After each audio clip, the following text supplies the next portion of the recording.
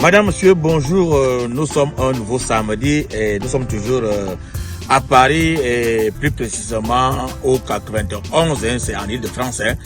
Donc à Brunoy, pour ceux qui ont l'habitude de voyager comme nous comme ça. Et aujourd'hui, nous avons rencontré un monsieur qui a une histoire toute particulière.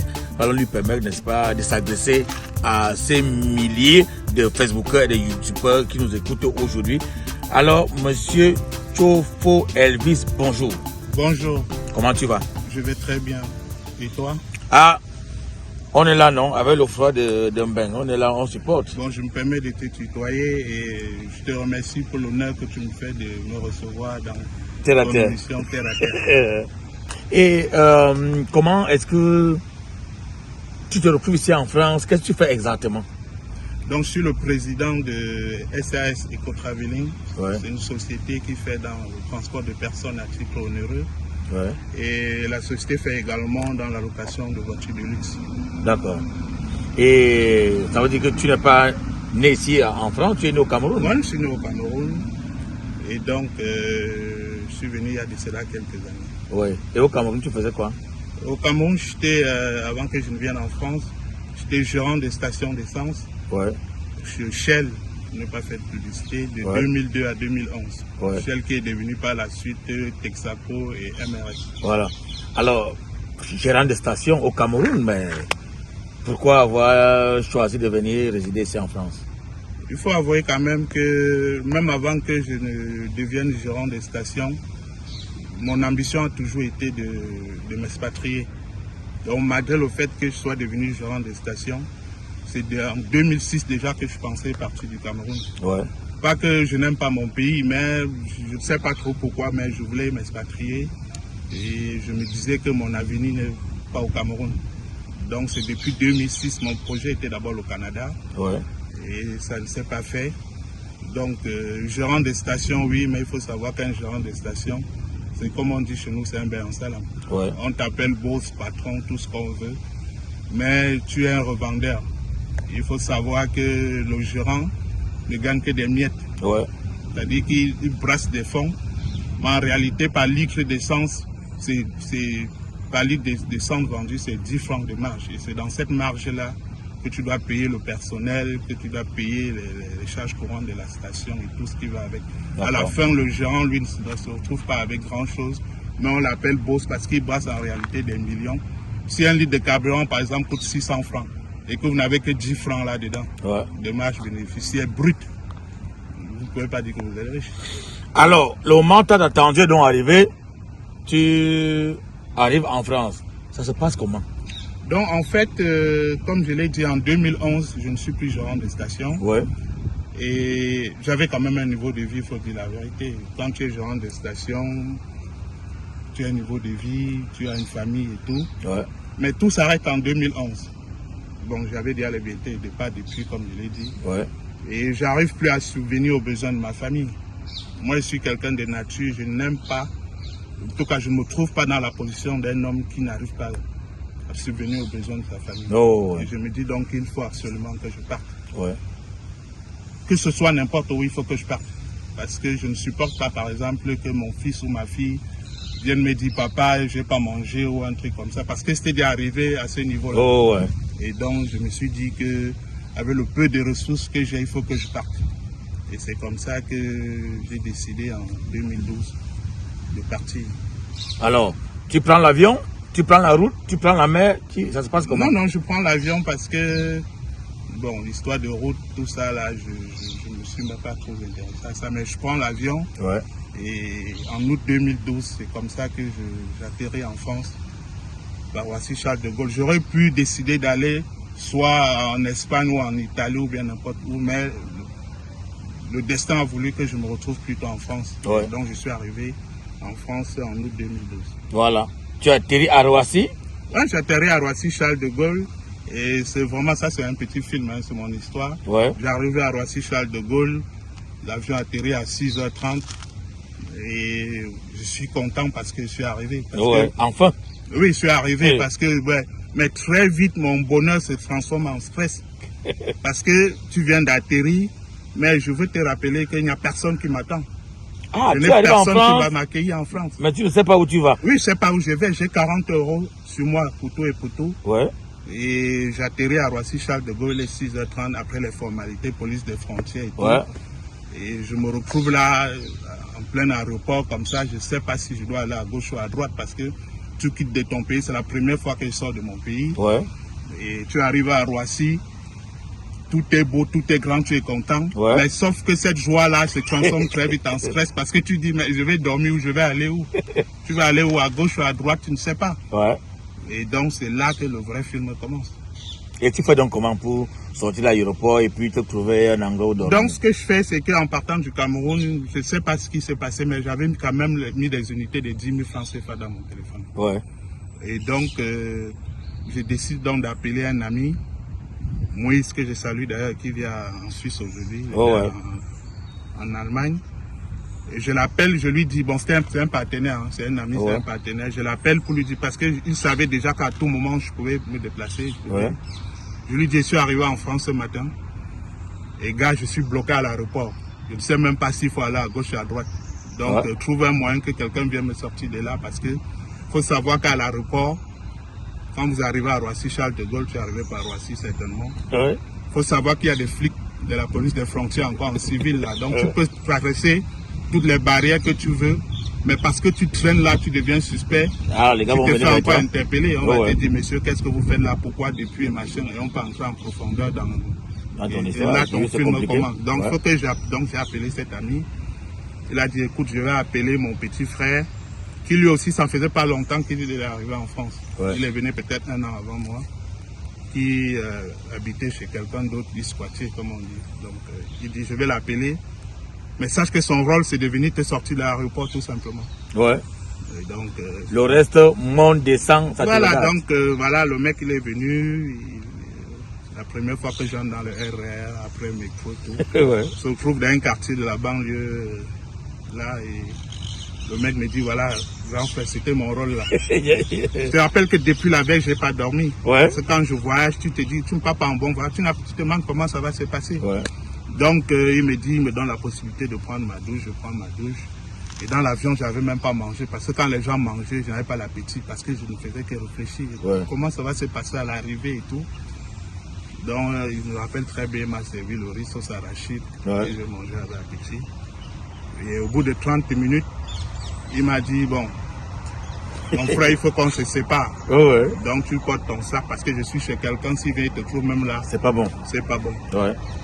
Et donc c'est comme ça que il m'accompagne jusqu'au bas du palier là. Et je me retrouve là avec mon sac. Entre-temps, ton visa, ça avait quelle durée? Non, j'ai la chance que ce que j'avais comme visa, c'était un visa, je peux appeler ça long séjour. D'accord, d'accord. Donc pour ce point de papier, je ne m'inquiétais pas. D'accord. Mais c'était là, comment je vais m'en sortir. Ouais. Parce que tu es content, comme je t'ai dit, tu viens d'arriver, mais là, la réalité te rattrape tout de suite. Maintenant, tu te retrouves dehors avec ton sac. Avec mon sac, et c'est là que j'ai l'inspiration d'appeler un autre ami au Ouais. Cameroun parce que j'avais des crédits. Ouais. Je l'appelle, je le salue d'ailleurs, monsieur Gaspard, Ouais. qui est aussi un partenaire dans les affaires quand je faisais les affaires au Cameroun. Je l'appelle et je lui dis, il voit un numéro inconnu. Je ne savais pas que quand tu utilises le numéro du Cameroun ici, dès que tu appelles au bled, directement ça affiche un numéro inconnu. Il dit c'est qui? Je dis c'est Elvis. Il me dit mais pourquoi tu m'appelles en inconnu? Je dis ah bon? Il dit bah écoute je suis en France. Il dit mais comment ça? On était ensemble il y a cela 2 jours. Je sais que depuis tu veux voyager mais tu pars, tu ne me dis pas qu'est-ce qui se fait? Je dis non écoute, laisse d'abord ça de côté. Je suis en France. Je suis en France et la personne qui... Je suis obligé de mentir. Hein. Ouais. La personne qui doit m'accueillir n'est même pas venue. Et tu m'avais dit que tu as ton petit cousin ici et tout, ton petit frère qui vit dans la région parisienne. Est-ce que tu peux l'appeler de m'accueillir le temps que mon contact, machin? Ouais. Il me dit ok, je vais l'appeler. Il l'a appelé. Son petit il a été au travail. Et il a dit, ben, écoute, dis-lui d'aller m'attendre à la gare du Nord, donne-lui mon numéro. Et quand je vais finir le travail vers 20h, 20h30, je vais passer le récupérer. Donc, la gare du Nord, donc c'est où? je connais pas la gare, je suis obligé donc voilà de me renseigner. Je me renseigne, j'avais 40 € comme j'ai dit, je paye un ticket, je vais à la gare du Nord, c'est la plus grande gare d'Europe. Hein. La gare du Nord, c'est-à-dire que les gens montent, ils descendent, les gens courent. Voilà, il y a les trains de surface, les grandes lignes et tout. Bref, tout ça encore nouveau pour moi. Bien sûr. Bon, tu es comme Kokumbo, comme on dit au milieu, je suis là avec mon sac et tout. Depuis la veille, je n'ai pas dormi, je suis fatigué, mais je dois rester là debout. Attendre jusqu'à 20h, 20h30 par là. Et le mec, il était très gentil. Je le salue déjà, c'est Zéphirin. Zagor Polo, voilà, c'est comme ça que je l'appelle. Il est venu, il m'a récupéré. Et c'est là qu'il me dit qu'écoute, j'ai accepté parce que c'est mon tonton, je ne peux pas refuser. Mais là où j'habite, moi, je suis dans une chambre avec un ami. Donc je ne peux pas te garder pour longtemps. Je peux te garder maxi pour 2 jours. Ouf! D'abord, c'était déjà beaucoup, ces 2 jours, il faut que j'accepte. Voilà. Parce que les 40 € que j'ai sur moi, je ne peux même pas payer un hôtel première classe. Qui à l'époque était peut-être 35 €. Je ne pouvais pas me permettre le luxe d'aller dormir une nuit à 35 €. Et qu'est-ce que je fais? Donc il m'amène chez lui, il me dit, bon, je vais passer la nuit chez ma copine. Ces 2 jours-là, le temps que tu essaies de trouver ce que tu dois faire. Mais je te dis, c'est les 2 jours les plus courts de la vie parce que 2 jours c'est beaucoup, mais en même temps c'est rien parce que tu dors, tu te demandes comment ces 2 jours tu vas aller où. Donc voilà. Dieu merci, les 2 jours sont passés, tu as commencé à... Les 2 jours sont passés et à la veille même de la fin du 2e jour, il faut que je trouve une solution. Bon. Comment tu as cherché? Je commence à fouiller dans le répertoire de mon téléphone. Et c'est là que je me rappelle, que je tombe sur un contact. En fait, c'était une tata qui était au Cameroun, qui était venue aussi en France des années avant, qui m'avait appelé un jour pour demander comment je vais et tout et tout. Et j'avais enregistré son numéro comme ça.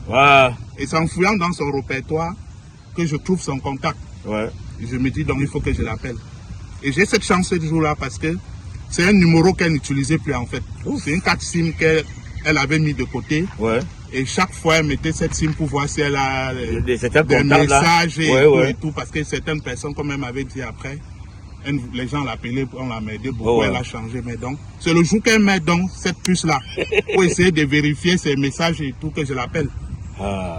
Elle dit c'est qui? J'ai dit c'est ton fils Elvis. Elle dit quelle vie? J'explique. Elle me dit tu es où? Je dis je suis à Sassel. Mais tu es venu quand? Je dis je suis arrivé hier et... C'est chaud. C'est chaud. J'ai une nuit d'hôtel là et on me demande déjà de partir et tout. Elle m'indique où elle se trouve. Et c'est comme ça qu'elle m'a pris. Elle a été très gentille, maman Sylvie, à qui je dis merci. Elle m'a gardé peut-être 1 mois et demi chez elle. Et pendant ces 1 mois et demi, tu faisais quoi? Rien du tout. Tu as laissé la famille au Cameroun avec les enfants. Madame qui t'appelle pour te dire que tu as la mal à la tête, que l'enfant chauffe elle-même, machin et tout. Alors que tu es là, toi-même, tu t'en sors pas. Tu lis l'heure, comme on dit. Toi, tu t'en sors pas parce que tu ne fais rien et tout. À part dormir, visionner, regarder les émissions, manger, tu fais quoi? Alors, maintenant, tu es à la tête d'une structure. Tu peux nous dire comment est-ce que tu as fait pour arriver à ce niveau-là? La structure en elle-même a moins d'1 an. D'accord. Parce que de fil à aiguille comme ça, parce qu'après cette tata, je suis allé chez une autre tata qui était sa soeur, maman Félicité, merci, qui m'a hébergé pendant 2 mois aussi. Et après, comme son mari avait une petite société d'animation, je te rappelle, j'ai vu l'une de tes émissions où Tanya Condom disait que son expérience ici en France, il a fait les animations. J'ai fait la même chose pendant presque 2 ans, c'est-à-dire animé dans les grandes surfaces et tout. Donc je faisais un peu ça et tout. Est-ce que pendant ce temps-là, tu ne regrettais pas un peu d'être venu? Non, j'ai regretté plusieurs fois parce que je me rappelle une fois, la personne qui m'a hébergé m'a mis dehors en plein octobre. Et cette année-là, il faisait vraiment froid. Donc, je suis sorti comme ça de la maison sans problème. Et je n'en veux pas à cette personne parce que ici, quand quelqu'un t'héberge, ça a un coût. D'être nourri, logé et tout et tout. À un moment donné, c'est la nature humaine. Tu deviens agaçant, tu deviens incompétent. C'est naturel. Donc, surtout quand on ne sait pas quand tu vas partir. Et ces personnes-là, malgré leur gentillesse, n'avaient pas le courage de me dire qu'on ne veut plus de toi. Et donc un jour je sors parce que je n'avais rien à faire, je sors pour faire une petite balade. Quand je reviens, je sors, on n'ouvre plus. Et il faisait froid. Et ce qui m'avait trompé à l'époque, pour parler du froid, le soleil comme ça, tu viens d'arriver à le soleil, tu crois que c'est comme au pays alors que la température elle est vraiment basse. Je suis sorti habillé vraiment léger. Et quand je suis revenu, j'ai tout fait, on n'a pas ouvert la porte. Et J'ai pleuré. Hein. Tout cela t'a forgé donc? Bien sûr, ça m'a forgé.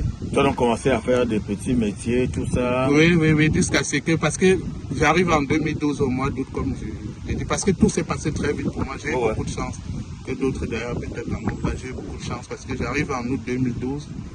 J'ai fait ces petits boulots-là jusqu'en septembre 2013. Ouais.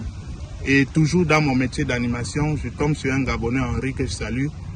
Je lui parle de lui, de ma situation. Il me dit, écoute, je travaille avec un Camerounais, un compatriote, Camerounais comme toi. Lui, il est Gabonais, mais ton compatriote. Et c'est un patron d'une très grande boîte d'animation et tout.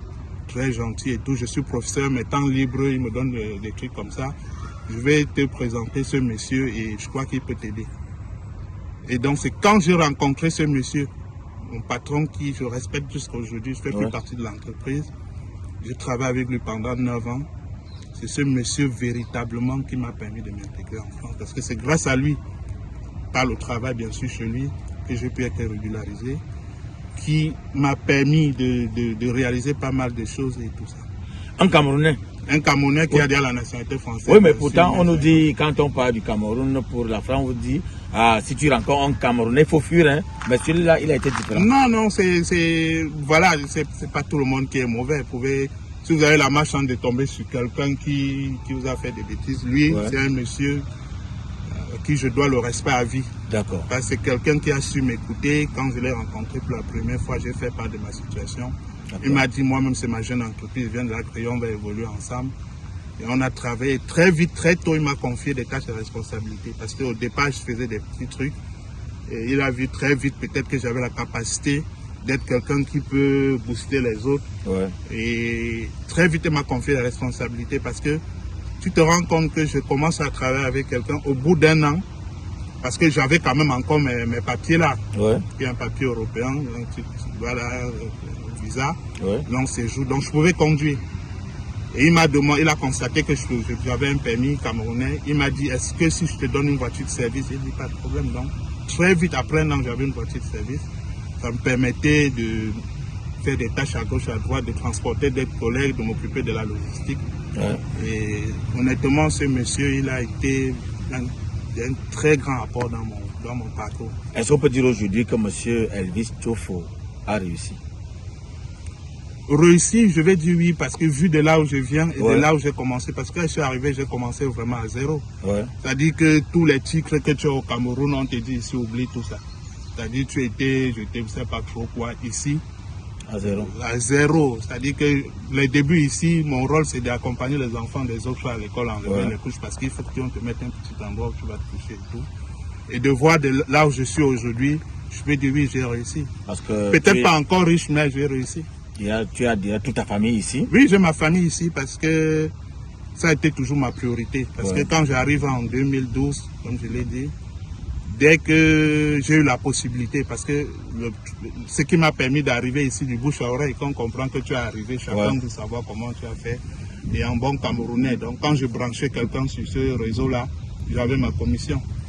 Et donc grâce à cette commission, au bout de 8 mois, j'ai pu faire venir ma femme et la dernière d'abord. Donc je suis arrivé en France, même sans avoir les papiers, 8 mois après, ma femme et la dernière étaient déjà là. Voilà. Alors nous arrivons donc au terme de cet entretien. Quel est le message fort que tu voudrais passer à tous ceux qui te suivent actuellement en regardant cette caméra? Non, je voudrais dire un message très simple. Qui veut peut. Je ne veux pas entrer dans donner des leçons à qui que ce soit. Dans la vie, qui veut peut. Il faut avoir la foi en ce que tu veux dans ta vie. Ça va être difficile, certes, mais si tu y crois fermement, il n'y a pas de raison que tu ne t'en sortes pas. Quelles que soient les situations que tu peux traverser, il faut tenir ferme.